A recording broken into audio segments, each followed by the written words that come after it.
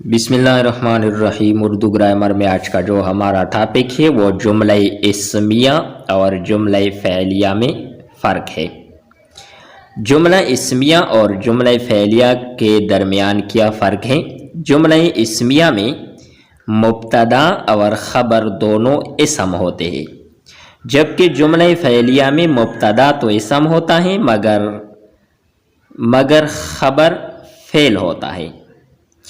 دوسرا فرق ہے، جملہ اسمیہ کی 3 اجزاء ہوتے ہیں جو کہ مبتدا، خبر اور فعل ناقص ہے، جبکہ جملہ فعلیہ کی 3 اجزاء ہوتے ہیں جن میں فاعل، مفعول اور فعل ہوتا ہے۔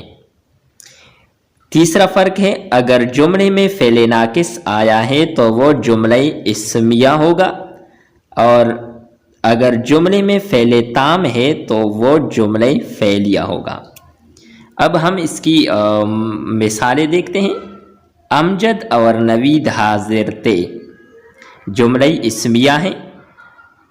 ریاض گھر میں موجود ہیں، جملہ اسمیہ۔